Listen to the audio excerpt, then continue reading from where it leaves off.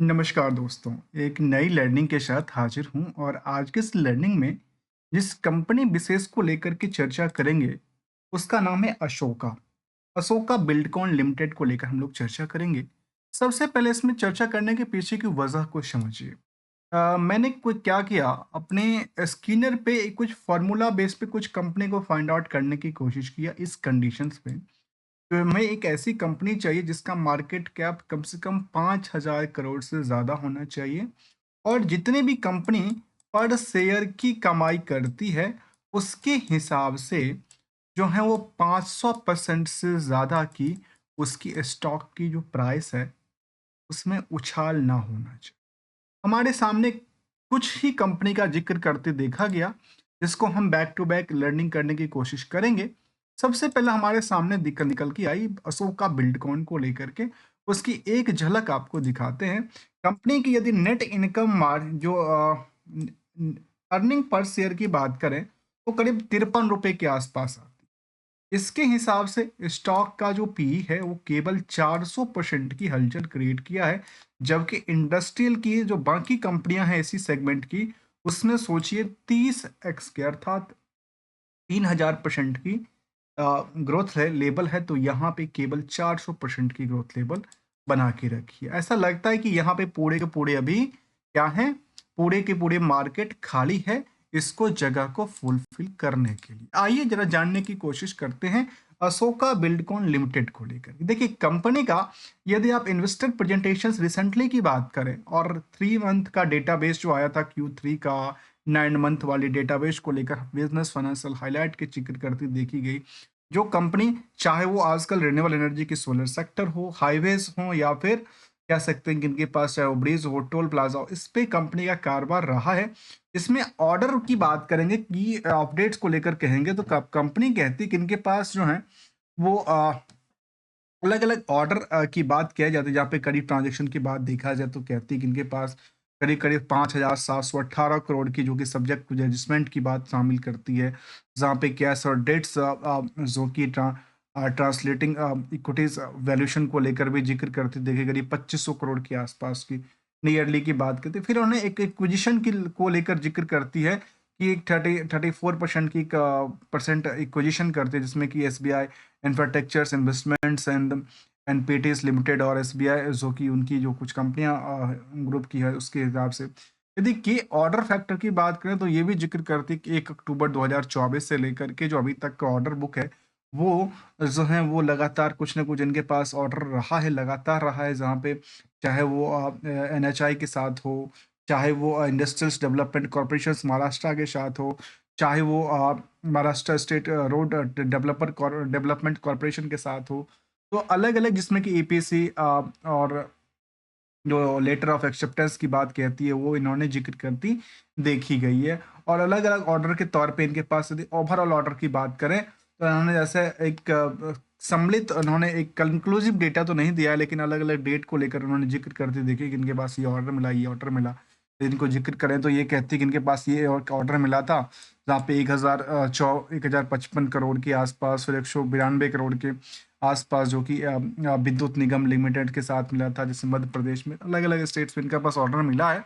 यदि कंपनी की recently financial situation को देखें तो कंपनी की स्टैंडअलोन जो फाइनेंशियल परफॉर्मेंस था, उसमें थोड़ा-सा जो है वो अप डाउन का सिचुएशन रहा, जिसमें कह सकते हैं कि YoY के बेसिस पे करीब सेल्स में करीब 16% की गिरावट थी, तो वहीं पे एबिटाज़ के अंदर करीब 9%, तो वहीं एबिटाज़ के मार्जिन के अंदर करीब 80 बेसिस पॉइंट की उछल-कूद करती देखी गई, तो वहीं पे प्रॉफिट आफ्टर टैक्स के अंदर 30% की गिरावट दर्ज करती देखी गई। ये एक 9 मंथ की डेटाबेस के मुताबिक देखेंगे तो जो YoY डेटाबेस था उसके मुताबिक 3% की गिरावट रही सेल रिवेन्यू के पॉइंट ऑफ व्यू से। तो वहीं पे चाहे एबिटाज हो, प्रॉफिट आफ्टर टैक्स की बात किया जाए तो ये करीब 21% की भारी गिरावट रही है। डेट्स प्रोफाइल की जिक्र भी करती है, जहाँ पे कैश और बैंक्स बैलेंस को लेकर जिक्र करती देखी गई है।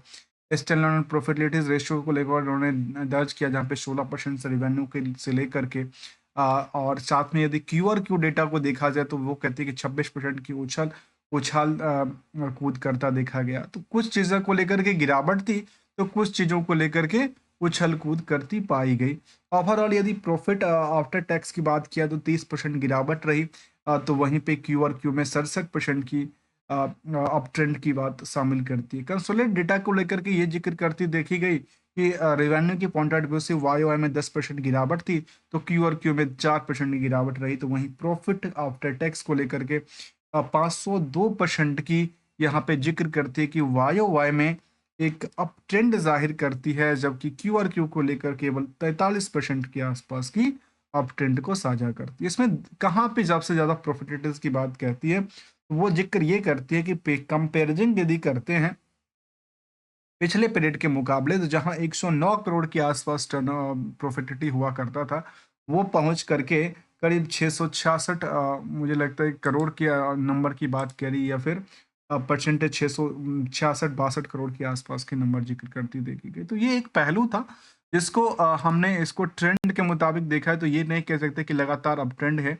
हाँ, थोड़ा बहुत अप ट्रेंड डाउन ट्रेंड दोनों की तरफ इशारा देती देखी गई है।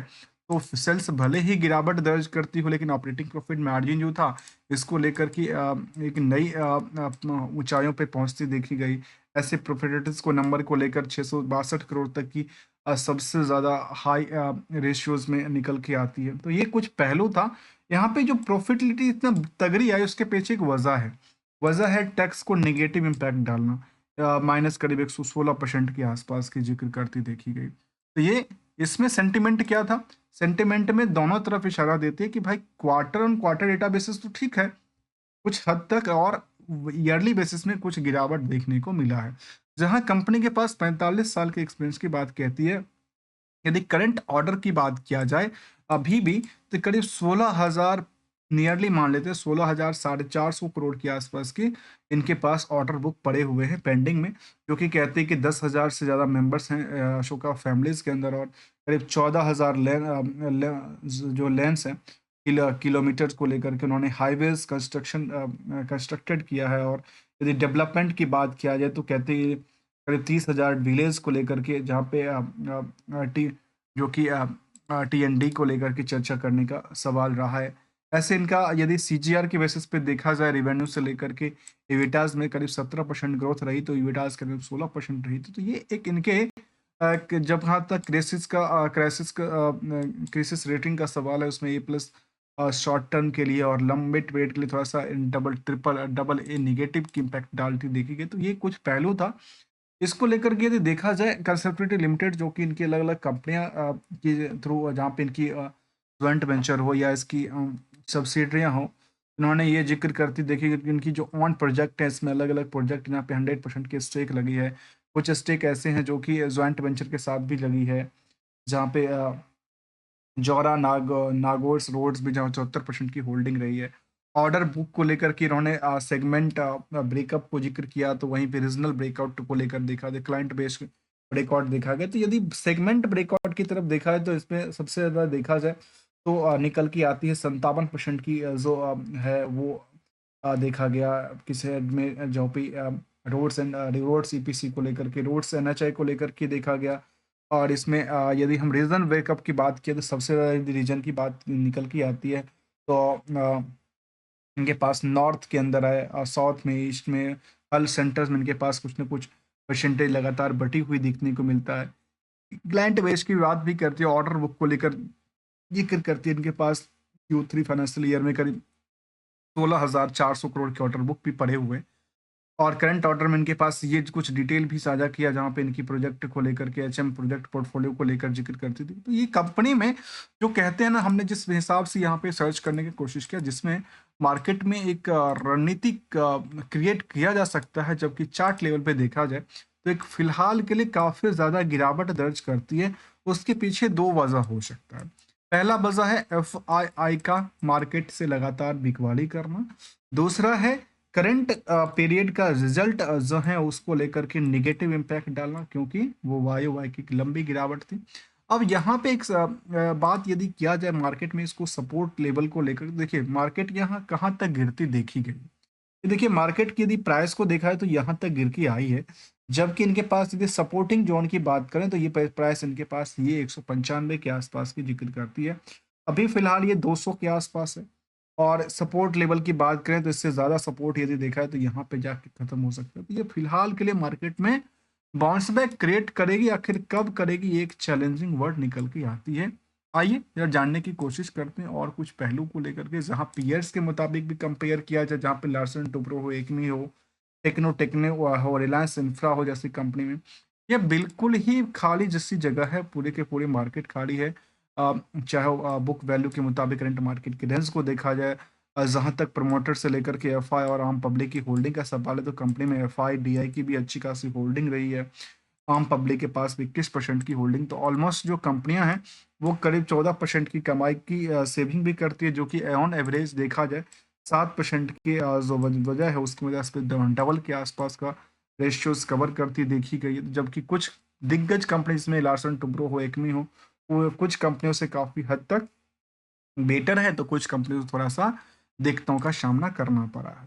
फिलहाल की सिचुएशन में देखा गया कि यहाँ पे डीआईआई ने लगातार बिकवाली किया था दिसंबर के पीरियड में, तो वहीं पे एफआईआई ने इसको खरीदारी भी किया था। इसमें जहाँ की एचडीएफसी ट्रस्टी से लेकर के, चाहे वो कोटक महिंद्रा ट्रस्टी हो या फिर बड़ी दिग्गज जो निवेशक हैं, 1,75,000 के आसपास निवेशकों का इंटरेस्ट जुड़ा हुआ इस कंपनी से लगता है। और रिसेंटली की अपडेट करूं तो कंपनी ने कुछ regarding of the restriction of the on audited financial result को लेकर जिक्र किया था 2 दिन पहले। और जो इनका 11 फरवरी को इनका ऑडियो वीडियोस आया था, और जो है उसका हमने पीपीटी सामने रख समझने की कोशिश किया। जो 10 तारीख को अपडेट इनका निकल के आया था, तो 10 तारीख के पॉइंटेड व्यू से हम इसको देखें तो मार्केट में थोड़ा सा बिकवाली का प्रेशर रहा, क्योंकि रिजल्ट का निगेटिव इम्पैक्ट होना एक बड़ी चैलेंज शब्द बन जाते हैं। जबकि ईयरली ग्रोथ को लेकर ये जिक्र करती है कि कंपनी का जो सेल्स है लगातार अच्छी रही है, प्रॉफिटिलिटीज रहा है, अच्छा रहा है।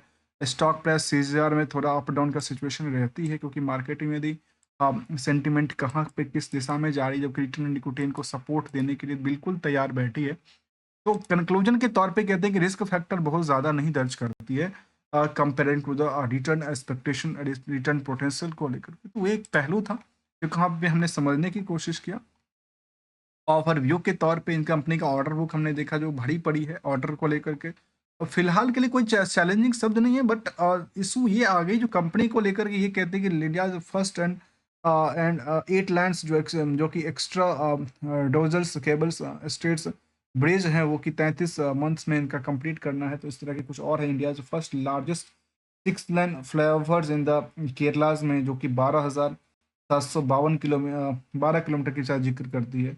इस तरह से इनके पास 12 खंबाज बुंदेलखंड एक्सप्रेसवे भी इनके पास इनके झोली में पड़ी है, जो कि सिग्नेचर प्रोजेक्ट सोकास्टिंग को लेकर जिक्र करती है। ऐसे मर्क्यूस क्लाइंट्स में जिक्र किया जाए तो जहाँ पे मिनिस्ट्री ऑफ रोड, चाहे वो ट्रांसपोर्ट हो, टीएनआरडीसी हो या फिर पीडब्ल्यूडी हो, ये कृषि हो, फ्याही हो या फिर रेल विकास निगम लिमिटेड हो, ये सारी की सारी इनकी चाहे यूपी यूपी एडेटा हो, इरकॉन इंटरनेशनल्स हो, इसके लिए कंपनी कामकाज करती रही है, फोकस में रहा है। तो इसको लेकर कोई पैनिक की जरूरत नहीं है। अब सवाल ये होता है कई बार जो सर हम क्या पैनिक हो जाएं। देखिए कुछ अच्छे स्टॉक, ऐसे अच्छे प्रोडक्ट दुकान में ऐसे भी रहते हैं, पोर्टफोलियो के अंदर रहते हैं, जो आज भले ही नुकसान क्रिएट करता हो, क्योंकि पोर्टफोलियो में रहना नुकसान नहीं क्रिएट करता। जब तक बेचेंगे नहीं तब तक नुकसान और फायदा की बात तो नहीं होती है। लेकिन ट्रेंड के मुताबिक देखेंगे तो मार्केट की ट्रेंड में लगातार डाउन ट्रेंड चल रहा है, तो वो लोग एसएल के साथ निकल रहे हैं और कोई एसएल के साथ अपनी पोजीशन में भी एवरेज करने की कोशिश कर रहे हैं। मिलेंगे कुछ नई लर्निंग के साथ, कुछ नई एक्सपेक्टेशन के साथ। तब तक के लिए thanks for the joining without किसी ट्रेडिंग एडवाइजरी और नॉट को लेकर के वीडियोस में और वैल्यूबल पॉइंट्स मिलते हो तो वीडियो को लाइक, चैनल को सब्सक्राइब करना मत भूलिएगा। थैंक्स फॉर द ज्वाइनिंग दोस्तों।